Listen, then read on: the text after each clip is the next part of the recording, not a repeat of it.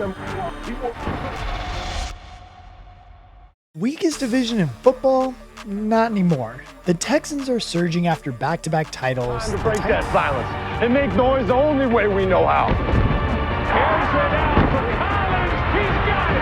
Roll down. The Titans have their quarterback. We back at home. Jaguars have new leadership. Week 1. Check that out. Out of trouble. ETN to the end zone. And the Colts, quietly loaded with talent. He's got it. Touchdown. If you look closer, you'll see a division that might be a lot better than you think.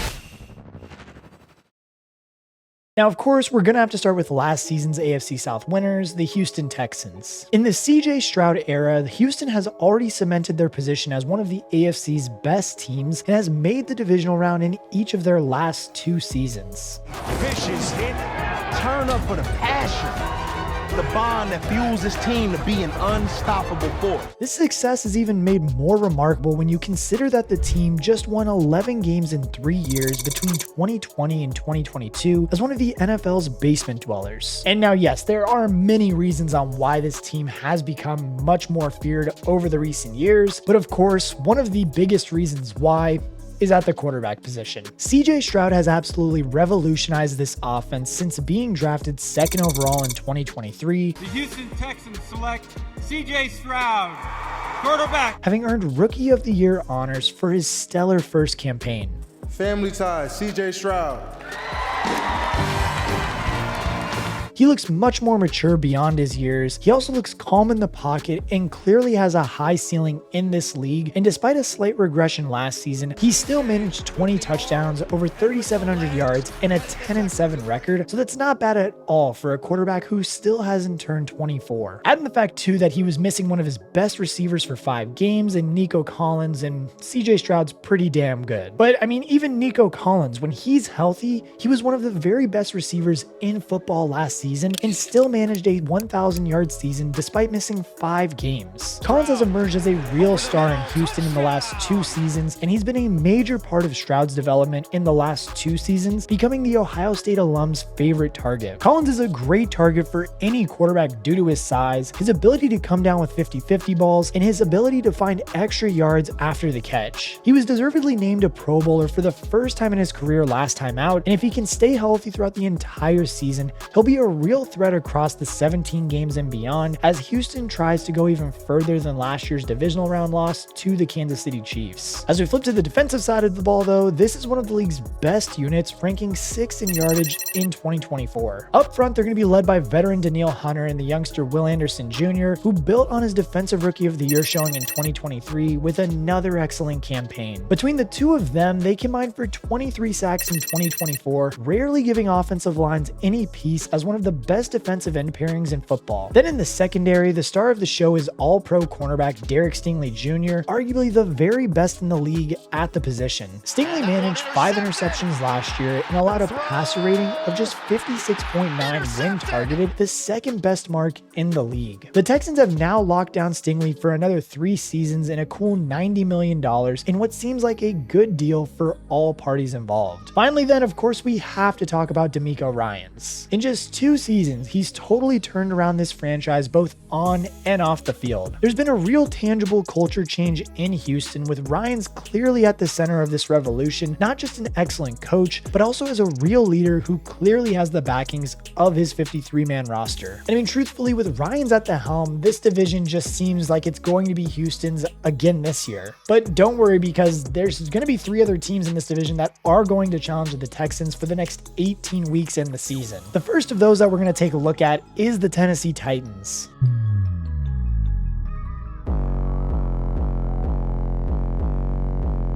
Last season, the Titans went 3-14, the worst record in football, in what was absolutely a season to forget for the Tennessee faithful. However, there are still reasons to be positive in Tennessee this year, as that 3-14 record earned them a shot at college football's best quarterback, Cam Ward, out of Miami. Over the last 20 years, the Titans have struggled more than most to find a true franchise quarterback, with Ryan Tannehill's 67 games, the most of any quarterback that has played for the team since Steve McNair's departure in 2005. However, However, this could be the start of a brave new era in Nashville as they look to have a special talent award and a winner of the Manning Award as the best quarterback in college football last year. Ward was absolutely superb for the Hurricanes last year, throwing for over 330 yards a game and 39 passing touchdowns with just 7 interceptions, leading Miami to a 10-3 record, only the team's second 10-win season since 2003, but there's more to him than just numbers. Truthfully, Ward's tape is as good as anyone's, showing tremendous arm strength and accuracy, as well as showing off great decision-making under pressure. There was no way the Titans were ever going to pass on a guy as good as this, and he already looks NFL ready based on what we've seen on tape.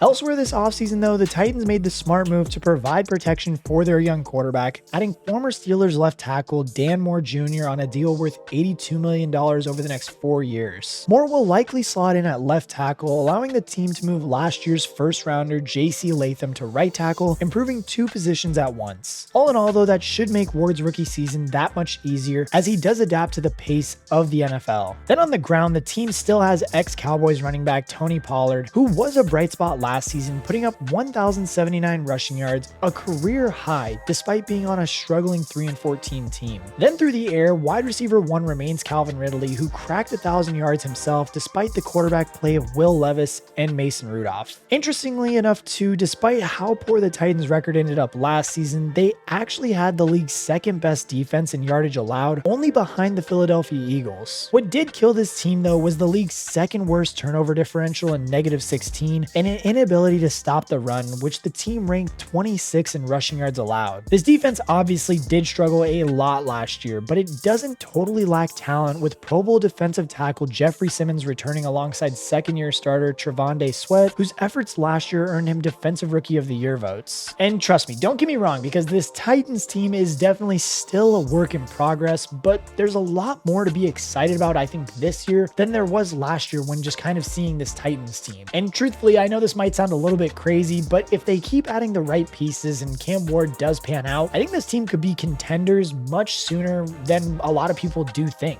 But that's the thing. One thing where you shouldn't be questioning anything is where you're betting this year. Because yes, your fantasy league and hell, even my own fantasy league, you're going to be paid bragging rights when you guys win it, of course. But on the other hand, with my bookie, they're going to be paying you back with cash. And now look, straight up, this season, we need to stop celebrating like it's 2009 and start betting like it's 2025, whether you're going to be hammering spreads, chasing live lines, or riding moonshot parlays, which personally are my favorite.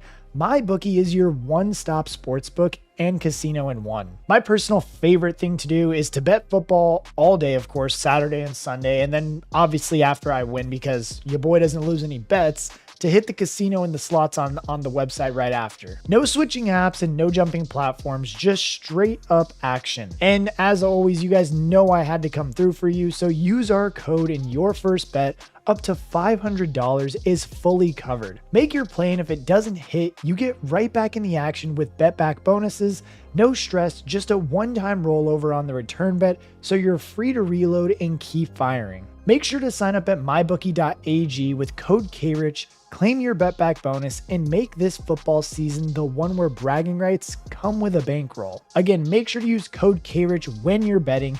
And again, thank you to MyBookie for sponsoring today's video, but let's get back into it. Now, the third team that we're going to look at is the Jacksonville Jaguars, a team who has suffered a disappointing last couple of years, to say the least. The weapons.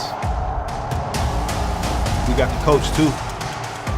Just 2 seasons ago, things were looking up in Duval County, with the team winning the AFC South in the final week and winning a stunning playoff game against the Chargers, which looked to have cemented Trevor Lawrence as one of the league's top-tier quarterbacks. The last 2 years, though, not that great. The team stumbled to a 4-13 record last campaign, which cost Doug Peterson his job and left Jaguars fans rolling their eyes and looking towards yet another rebuild for a fan base that has seen their team make the playoffs just twice since 2008. However, there are positive signs coming into this year. For one, the team has appointed a new head coach in Liam Cohen, fresh from the great job he carried out as the offensive coordinator in Tampa Bay. And in the span of 1 year, Tampa Bay shot up from the 20th best scoring offense in the the league, due in no small part to Cohen's role as the offensive coordinator. He helped elevate Baker Mayfield to his best season to date with 41 touchdowns and 4,500 yards. And yes, despite his already legendary Duval shoutout in his introductory presser, Cohen gives Jags fans hope that this next rebuild will be a lot more successful than the last one. The biggest question though, as always, are around Trevor Lawrence, the team's franchise quarterback currently earning $55 million a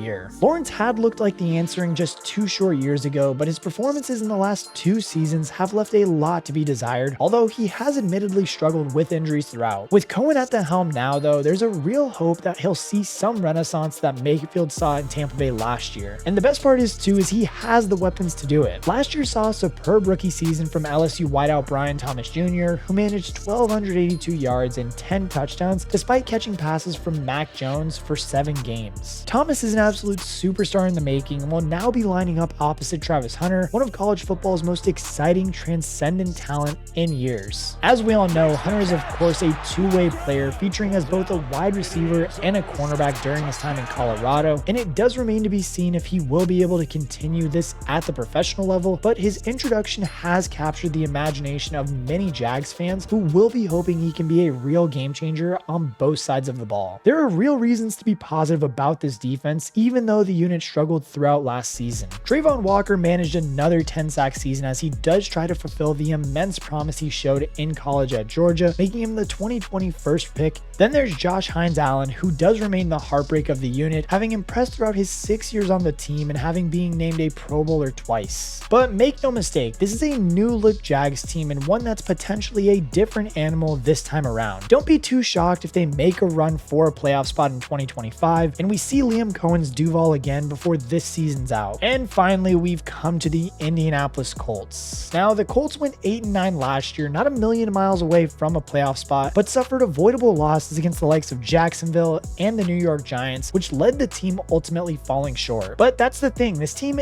isn't too far away from a return to playoff football after a 4-year absence. Last season, the team struggled defensively, ranking 4th last in yards allowed, and as a result, they went looking for reinforcements in free agency. The Colts have added ex-49ers cornerback Javarius Ward and ex-Viking safety Cameron Bynum to bolster a secondary that clearly needed some extra quality. Those two will slot in alongside second-team All-Pro linebacker Zaire Franklin and all-rookie defensive Latu, who were real bright spots during a frustrating season in Indianapolis. Another bright spot was, of course, Jonathan Taylor, one of the league's very best running backs when healthy. Taylor did miss 3 games last season and still managed to put up 1,400 yards and 11 touchdowns as he looked closer to his 2021 first-team All-Pro best. Taylor is a genuine superstar and the best player on this offense, as a great option for a team to lean on for 60 minutes on any given Sunday. And yes, Taylor is going to be a real gift for whoever does win the quarterback battle between Anthony Richardson and Daniel Jones. And yes, I do know that Daniel Jones was named the starter, but both men have come in for intense criticism over the last 2 seasons, with Richardson failing to find any consistency during his first 2 seasons as a Colt after his 2 disastrous seasons marred by injuries and just all-around poor play in New York. But as we do know, Jones has shown himself to be a viable starter in this league, and working with Shane Steichen could help restart a flagging career. Steichen was a highly rated offensive coordinator in Philly and was credited with the development of Jalen Hurts into the star he is today. It's unclear if Anthony Richardson is ever likely to hit those heights, but he does remain one of the league's most exciting and dynamic quarterbacks when running the football. And truthfully, the jury is still out on Richardson, but at the age of just 23, he still does have time to mature